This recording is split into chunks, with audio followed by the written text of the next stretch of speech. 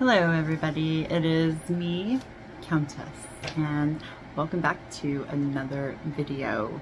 As you can plainly see, I am not recording from my usual digs today. I am away from home on a much needed sabbatical with family and loved ones. And yeah, you know, it's been a minute since I sat down and did a video on camera. I've just had a lot going on in my life in the last few months that making videos has kind of taken a back seat.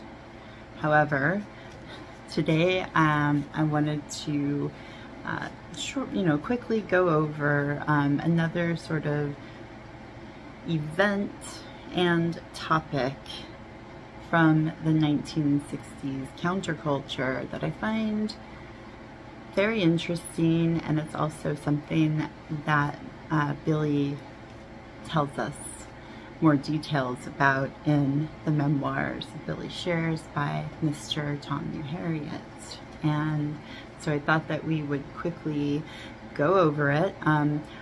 The event slash topic I'm referring to is the first annual Monterey Pop Festival. It was an international pop music festival that lasted for 3 days. It started on June 16th and went through June 18th in 1967. It came out, it happened about 2 weeks after the Beatles released Sgt. Pepper's Lonely Hearts Club Band. So it kind of like went hand in hand, and what we're going to read in the memoirs, you guys will see just how the Beatles were tied to this festival and the shenanigans that surrounded it. Also, just quick disclaimer, I apologize, I don't have a microphone, so I'm trying to record close up to my phone so it won't sound completely awful, but I also have a fan running in the background, so not my finest audio quality video, but it's gotta work. So just wanted to give that disclaimer before we jump into the memoirs. So if we look at page 24, I'm just going to read a couple of paragraphs between page 24 and 25. It starts off saying, our drug campaign had many fronts. After seeing its detrimental effects firsthand, I quit my LSD usage. John, being a much more regular user, took years longer to get off of it, and off of some worse addictions such as heroin. But when I was for it, I actively promoted LSD. On the board of directors, along with John Phillips from the Mamas and the Papas, Mick Jagger from the Rolling Stones, Andrew Oldham, who was the Stones manager, and Terry Melcher, who was Doris Day's son and a record producer, I networked with MK Ultra, a joint CIA British intelligence task force, to provide free distribution during the first annual Monterey International Pop Festival. It was attended by over 100,000 observers who were invited to participate with free hallucinogens. The government had agreed that they would not enforce drug laws there. It was all with complete US, UK government facilitation. Having MK Ultra's objective of making San Francisco a youth-centered gathering place for drug experimentation made it easy to get their cooperation in freely supplying the massive distribution for the rock show in Monterey, just 2 hours away. The key people connecting John Phillips with drug distribution through government agencies were Ken Kesey, Timothy Leary, and others. Later, Timothy Leary ran for governor of California against Ronald Reagan. Leary, with his very public pro-drug work, understandably had a drug-related double meaning in his campaign slogan. To get his campaign going, not only with his political party, but also with partiers, his slogan, which led directly to the Beatles song by John, was, "Come together, join the party," seeking to unite politically minded drug partiers. By briefly touching on this LSD diversion, my point is that I was fixedly passionate about altering your perceptions of reality. I felt that promoting psychedelics with complete government backing just furthered my work to bring the whole world into a new reality. Although I could fill the book with other examples, this one is enough to make the point. The album Sgt. Pepper's Lonely Hearts Club Band, especially with its obvious Lucy in the Sky with Diamonds, was the new door for the whole world to pass through to a psychedelic parallel universe. Yes, so this whole thing, this whole festival, this 3-day festival in Monterey, California, was a PSYOP. A PSYOP to kind of go hand in hand with the Beatles releasing Lucy in the Sky with Diamonds with Sgt. Pepper's, right? Even though, you know, John adamantly denied that there was anything that had to do with LSD in that song, you know, oh no, people are just crazy, you know, for thinking that. Meanwhile, Billy tells us, even John told us in that Playboy interview that he did about a month before he died, he said, you know, we have the CIA to thank for the LSD boom in the world. CIA and MI6, they were a joint, they were in cahoots with each other, you know, with the whole MK Ultra. And I find that point to be very interesting as well, because Billy himself is a victim of the MK Ultra trauma-based mind control program. You know, through occult rituals and trauma, they programmed him to be this person on the world stage. And Billy was on the board of directors. He was more indirectly involved, but it was his network and his connections. Remember, born of the man who launched the plan into his network hurled. That's from one of the songs in the talent contest, right? He talks about his father's connections were passed down to him. So he had a lot of influence and sway into suggesting acts to perform, of who would be good as far as, you know, the musical acts were concerned to perform at that concert. So, and then also you can kind of think, any of you out there who have read Weird Scenes from the Canyon by Dave McGowan, you know, John Phillips was part of the whole Laurel Canyon and their link to the military-industrial complex, right? So all of this stuff was socially engineered, and especially this festival, to sort of normalize LSD in the counterculture. The festival was organized by Derek Taylor, the Beatles' PR and press secretary, was one of the main organizers of the festival. And I do find it fascinating that Derek Taylor was a part of this, like a major part of it. Putting the acts together, the venue, all of that stuff. So the Beatles did not perform in the Pop Festival, but their presence was felt, you know, especially because this festival happened only a couple weeks after Sgt. Pepper's Lonely Hearts Club Band was released, you know, and that record put the whole idea of LSD sort of in the mainstream narrative.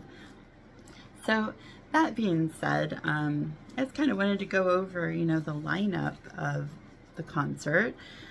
Lots and lots of big names performed at this concert, from Simon and Garfunkel, Canned Heat, you know, Janis Joplin was there with Big Brother and the Holding Company, just brought down the house. The Steve Miller Band was there, Jefferson Airplane, the Byrds, you know, we have Buffalo Springfield, and the very, very last performance on the last day was when Jimi Hendrix got up on stage and did his whole iconic burning of his guitar. You know, that was a super iconic image and happening in the world of rock and roll. Still is to this day. You know, a lot of people associate that whole event with Jimi Hendrix, just him setting his axe on fire, right?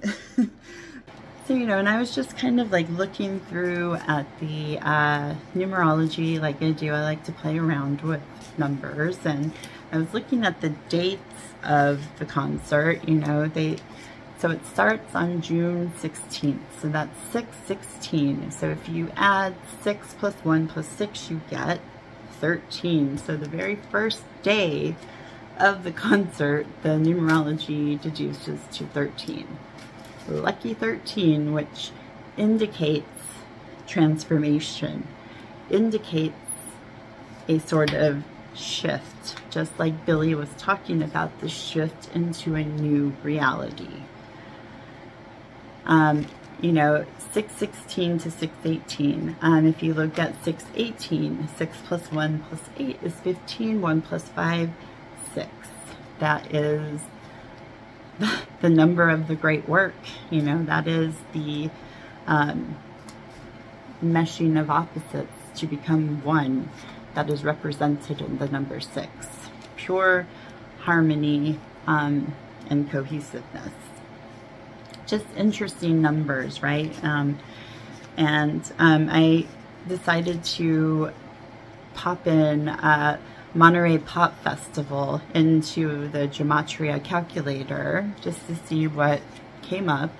Some interesting numbers came up, guys. In Hebrew, Monterey Pop Festival is equivalent to 1,811. Right there you have your 1 plus 8 is 9, 9, 11. Or you can do 9 plus 1 plus 1, which you get just straight 11. But bam, right there is the opening. That numerical sequence, 9/11, is tagged on a lot of these events, a lot of these socially engineered events. So you have that there. The number 11 in itself is the number of magic in itself, right? It is power over principalities, and it is also a number of evil. So just interesting numerology there. So if you go to the English gematria, you get 1,536 right there. 1 plus 5, 6. 3 plus 6, 9. Highlighting the 9 and the 6. 9 plus 6 is 15. 1 plus 5, 6. Again, Billy's number. It's all sixes, right? Representing the great work. And then in simple gematria, you get 256, which deduces to, again, the number 13, which signals transformation and change again. So common themes all throughout this festival. And also, it's a 3-day festival, and you have to think of the occult significance of the number 3 as well. You know, life cycles happen in 3s. Birth, life, death, the beginning, the middle, the end. You have mind, body, spirit. 3, again, is another number that represents harmony and the divine scope of things. Like Tesla said, if you can understand the importance of the numbers 3, 6, and 9, then you understand the secrets of the universe. These are important numbers, especially to occultists. And then lastly, I wanted to just kind of touch upon the marketing for this concert. You know, there is on the program for the concert a picture of Pan playing his flute. You know, it says Monterey Pop Festival, and then Pan's playing his flute. So again, that spirit of Pan is coming forth, you know, and it makes me think of page 333 in Memoirs, where the word stacking says, I am Pan. You know, I think he's giving reference to Pandora's box in whatever context in the text, but the word stacking says, I am Pan. So perfect, you know. Billy represents that spirit of Pan. You know, Pan was known as a trickster. You know, he is the billy goat, the half goat, half man. You know, it is, Pan was, again, a trickster. He was a master of music and, you know, celebration, and would basically the representation of nature and the wildness and freeness of nature, that, you know, that spirit is in all living beings, including us, you know. And I always think of the Pied Piper too, and I think of Billy, and when I think of Pan, you know, just leading the people astray with his music. And it is some good music, really good music, but nonetheless, he still has that agenda attached to it. So again, just different, you got to kind of like pay attention to those different, the different imagery that comes up with them, you know. And we've seen Bill too with a pipe, with like Pan's flute in his mouth. It's just not uncommon to see these relations back to the spirit of Pan and pantheism, and just being wild, being free, being just doing what you want, whatever feels good, right? Carpe diem, do what thou wilt, under the will of love, under the law of love, love under will. That could be a pun there too, right? Will as in William, Billy. Anyways, yeah, so I just found this interesting, this whole idea, because I believe that this pop festival sort of established the standard for all pop festivals, even Woodstock that came after this. You know, there are so many great bands of the time who represented the new and emerging counterculture in the 60s.